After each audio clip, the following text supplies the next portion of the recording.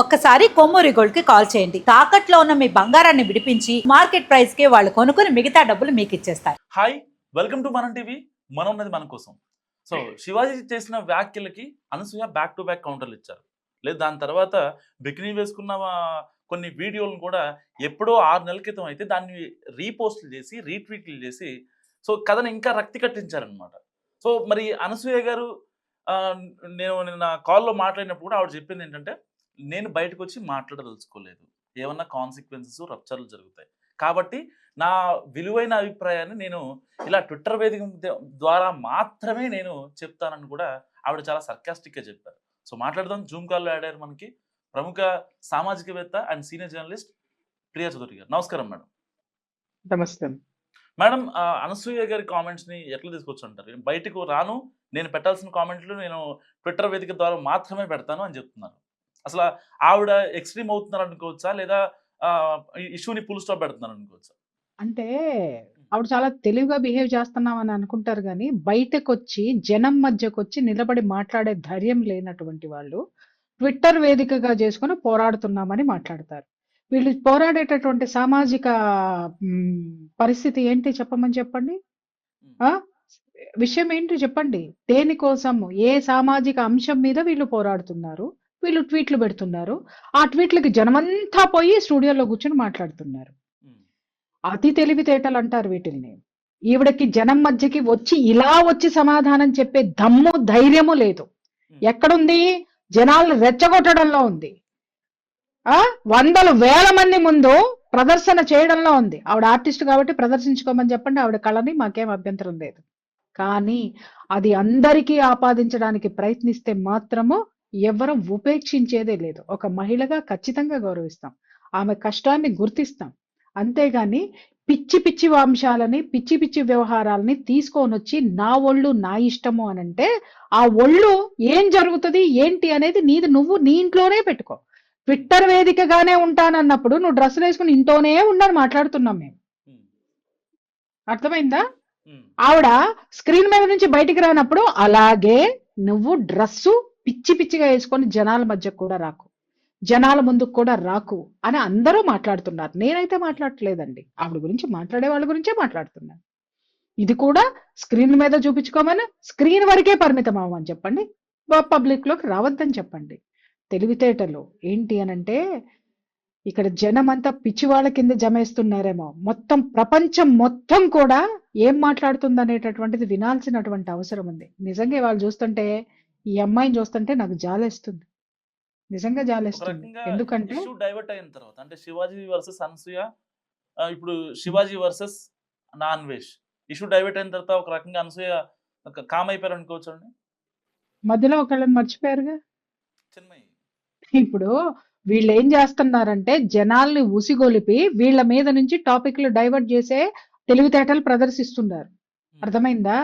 ఎవరు ఎంతమంది వచ్చి మాట్లాడిన, ఎవరిని ఎంతమందిని ఉసిగొలిపినా ఒక్కడికి 100 మందిని 100కి 100 మంది కలిసి వచ్చి ఇక్కడ కౌంటర్ ఇస్తున్నారు. అదొకటి గుర్తుపెట్టుకుంటే చాలు. ఊరికే ఇలాంటి పిచ్చి తెలివితేటలు, పిచ్చి కథలు, అతి తెలివితేటలు చూపిస్తే నేను చెప్తున్నాను, ఈ రోజు మేము కూడా మీడియాలో కూర్చొని మాట్లాడుతున్నాం. మేము రోడ్డు మీదకి వస్తే ఏం జరుగుతుందో తెలిసే రోజు జనాలకు తెలుస్తుంది. అది గమనించాల్సినటువంటి అవసరం ఉంది. బాధ్యతగా మసలుకున్నంత కాలం ఎవరికైనా ఆ బాధ్యత ఉంది. మగాడికైనా ఉంది, ఆడదానికైనా ఉంది. మళ్ళీ చెప్తున్నాను నేను. ఈ రోజు మగవాళ్ళు. మేడం, ఒక్క ప్రశ్న. మీరు ఒక సీనియర్ జర్నలిస్ట్ గా కాకుండా, ఒక సామాజికవేత్తగా కాకుండా, సో అంటే ప్రతి ఇష్యూ పైన మీరు స్పందిస్తూ ఉంటారు. సో మీరు ఒక వైపు ఉన్నారు అంటే అటు న్యాయం ఉన్నట్టే, దాంట్లో ఏ డౌట్ లేదు. తెలుగు రాష్ట్రాలని కాదు, చాలా మంది తెలిసి ఈ విషయం. ఒక సాధారణ మహిళగా చెప్పండి, శివాజీ వ్యాఖ్యలు మీరు తప్పడతారా? శివాజీ వ్యాఖ్యలు కాదు, శివాజీ మాట్లాడిన అన్పార్లమెంటరీ వర్డ్స్ 2 మాత్రమే అభ్యంతరము తప్ప శివాజీ ఏదైతే వ్యాఖ్యానించాడో మిగిలినదంతా ఆ 2 అన్పార్లమెంటరీలు ఇప్పటికీ మేము ఖండిస్తున్నాం. అది మాట్లాడకూడదు, మాట్లాడరాదు. ఎందుకంటే సభా మర్యాద ఉంటుంది. మీరు అనే దాంట్లో ప్రియా చౌదరి గారు లేకపోతే ఇంకొకళ్ళు సమ్ అమ్మాయి శివాజీని సపోర్ట్ చేస్తున్నారంటే చాలా మంది ఆ, వినండి వినండి వినండి, ఒక తల్లిగా ఒక ఆడపిల్ల సపోర్ట్ చేస్తున్నారు అనే ఒక రాంగ్ ఇండికేషన్ జనాలకు వెళ్తుంది. చి- ఆహా, ఏమండి ఎదవ తెలివితేటలు మా దగ్గర చూపించొద్దని చెప్పండి. ఇక్కడ కూర్చుని మాట్లాడే వాళ్ళు ఎవరు కూడా ఇళ్ళకి మళ్ళీ ఇళ్లలో కూర్చొని పడుకునే వాళ్ళు కాదండి. అర్థమైందా? వస్తే ఏం కథన రంగంలో దూకాలి అనుకుంటే ఏం చెయ్యాలో అది చేసి తీరుతాం. అర్థమైందా? మేము వీళ్ళకి మళ్ళీ వచ్చి ట్విట్టర్లోనో లేకపోతే ఇంకొక దాంట్లోనో రెచ్చగొట్టే వ్యవహారాలు కాదు. గ్రౌండ్ లోకి దిగితే ఇప్పుడు ఎవరైతే వ్యతిరేకత ఉందో, వ్యతిరేకిస్తున్నారో వాళ్ళందరూ గ్రౌండ్ లోకి వస్తే ఏం జరుగుతుందో చూపిస్తాం. అలాగే మీరు అన్నారు ఒక సామాన్యురాలుగా అన్నారు. ఎస్, 200% నేను శివాజీని నేను అవుట్ రైట్ గా నేను సపోర్ట్ చేస్తా. ఎందుకు అనంటే నా ఇంట్లో ఆడపిల్ల ఉందండి, నా ఇంట్లో ఆడపిల్ల ఉంది, లక్షణంగా ఉండాలని నేను కోరుకుంటా. అంతేగాని ఇలాంటి గుడ్డలు వేసుకొని పోతూ ఉంటే సరే ఎంతమందిని కంట్రోల్ చేస్తానండి నేను?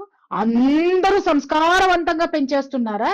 ఈమె పెరిగిందా సంస్కారవంతంగా, ఆయన పెరిగాడు సంస్కారవంతంగా?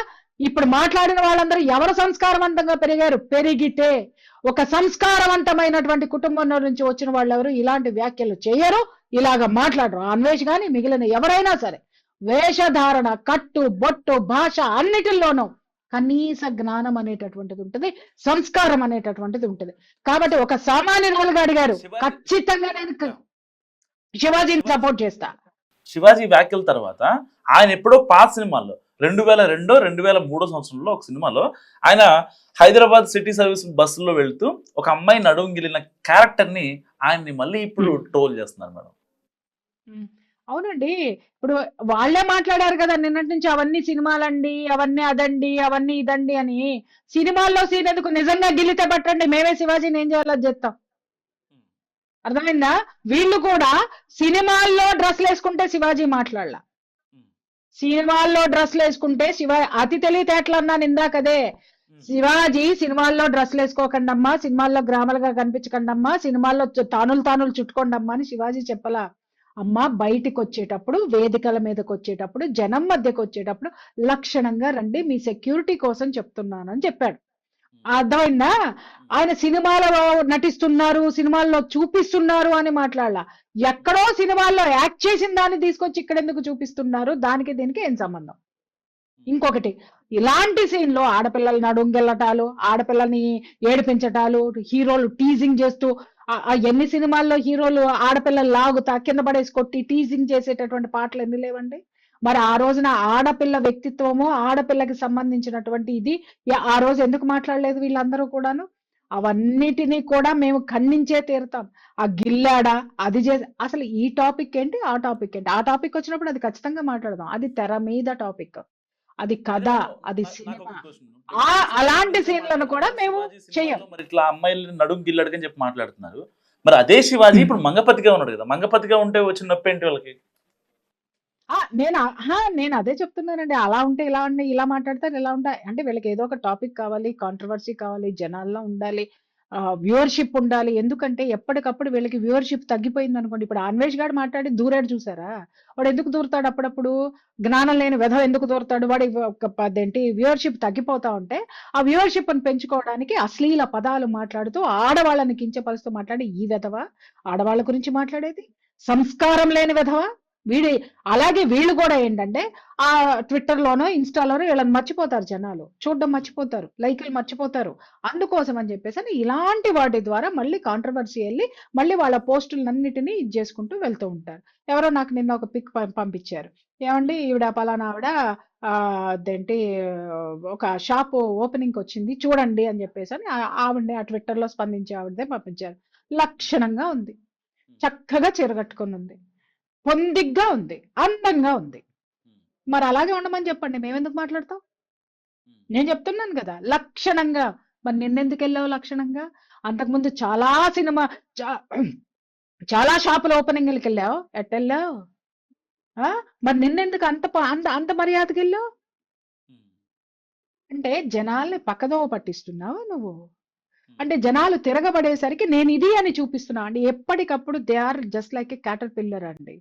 ఊసర వెళ్ళి అంటారు చూసారా? ఊసర వెళ్ళి రంగులు మార్చినట్టు వీళ్ళు క్యారెక్టర్ ఇన్ ద సెన్స్ వేరే క్యారెక్టర్ అనుకున్నారు. వాళ్ళ అపియరెన్స్ ని, వాళ్ళ యాటిట్యూడ్ ని క్యారెక్టర్ అనకూడదేమో ఇక్కడ. వాళ్ళ యాటిట్యూడ్ ని మార్చుకుంటూ పోయేటటువంటి అతి గొప్ప అతి తెలివితేటలు ఉన్నటువంటి వ్యక్తులు. కానీ ఇక్కడ కూర్చున్నది ఇక్కడ ఫైనల్ గా అనసూయకి ఉమ్. మీరు ఒక సజెషన్ ఇవ్వాలంటే ఏమి ఇస్తారు మేడం? మనం టీవీ నేనెవరికి సజెషన్స్ ఇవ్వను. అంటే ఇప్పుడు ఆవిడ ఒకటి ఆవిడ విస్ ఎక్స్ట్రీమ్ అయ్యారని వినండి. చాలా మంది ఆ, మహిళలు బయటకు వచ్చి కామెంట్ చేస్తున్నారు. నేను సోషల్ ఇందాక అదే మీడియాలో ఆ మాట్లాడాను. మహిళల ఆవిడ కామెంట్స్ ఏదైతే చాలా వైరల్ అవుతుంది. ఉమ్, అనసూయ ఉమ్, అనవసరంగా వచ్చారు మధ్యలోకి. ఆయన ఉమ్, చెప్పింది ఒకటి, అనసూయ అనుకుంటుంది ఒకటి, ఆవిడ ట్వీట్ చేసేది ఒకటి, కావాలని ఉమ్. రెచ్చగొట్టే ప్రయత్నం చేస్తుంది. బికినీ సూట్లు మళ్ళీ రీపోస్టులు చేసి. సో ఇలాంటి నేపథ్యంలో ఒక మహిళగా మీరు ఒక అనసూయకి ఇచ్చే ఒక సజెషన్ ఏంటి? నేను ఎవరికి సజెషన్స్ ఇవ్వను. Point number 1. నేను ఇందాకే నా మాటలో వ్యక్తపరిచాను. నాకెవరో పంపించారో ఒక వీడియో అమ్మ. ఒక షాప్ ఓపెనింగ్కి వెళ్ళింది, లక్షణంగా ఉందన్న. మనస్ఫూర్తిగా చెప్పాను ఆ మాట. అదే లక్షణంగా ఉండమని చెప్పండి. అదే లక్షణంగా ఉంటే అందరూ కూడా ఇంకా ఇంకా మంచి పనులు చేయొచ్చు, దేశాన్ని ముందుకు తీసుకెళ్లొచ్చు, మహిళాభ్యుదయాన్ని చాటి చెప్పచ్చు. అర్థమైందా? మీరు స్క్రీన్ మీద చేస్తున్నారు. స్క్రీన్ మీద గురించి మేము ఎవరూ మాట్లాడలా. కానీ ఇప్పుడు ఆ స్క్రీన్ కూడా చించే పరిస్థితికి తీసుకొస్తున్నారు మీరు. దానివల్ల చాలా మంది చాలా నష్టపోతారు. ఎందుకంటే మీరు అనుకుంటున్నారేమో ఎవరు రోడ్డు మీదకి రారు, ఎవడు ఉద్యమాలు చేయడు, ఎవరు సోషల్ నెట్వర్క్ లో ఇది చేసుకుంటారో, మనం వ్యూవర్షిప్ పెంచుకుందామని మీరు అంటున్నారేమో. వెనక ఎంత గ్రౌండ్ వర్క్ జరుగుతుందో మీకు తెలుసా? మీకు తెలుసా? ఎప్పుడు ఎవరు ఏ విధంగా కమ్ముకుని వస్తారో తెలియదు. అంత జాగ్రత్తగా ఈ జాతిని, ఈ సంస్కృతిని, ఈ మన సంప్రదాయాన్ని కాపాడుకోవడానికి అంతగా ఒక సనాతని ఈ రోజు సిద్ధంగా ఉండి తయారవుతున్నాడు. అది ఒక్కటి మాత్రం గుర్తుపెట్టుకోండి. ఎప్పుడు మీ రోజులు కావు, ఎప్పుడు మీవి కావు. ఇవాళ ఆర్గ్యుమెంట్లు, చట్టాలు మీకెన్నున్నాయో నైతిక బాధ్యతలు మాకున్నాయి. అలాగే మా సంస్కృతిని కాపాడుకునే బాధ్యత మాకుంది.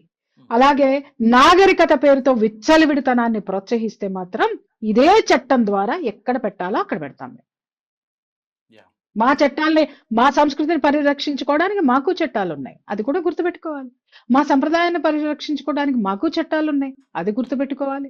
వాటిని ఎలా వాడాలో కూడా మాకు బాగా తెలుసు, వాడతాం. థ్యాంక్ యూ ప్రియా చౌదరి గారు. సో ఇది ప్రియా చౌదరి గారి అనాలిసిస్. మీరేమనుకుంటున్నారో శివాజీ వర్సెస్ అనసూయ ఎపిసోడ్లో ఎవరిది కరెక్ట్, ఎవరు ఎక్స్ట్రీమ్ అయ్యారు, మస్తుగా కామెంట్ చేయండి. చూస్తున్నాండి మనం టీవీ.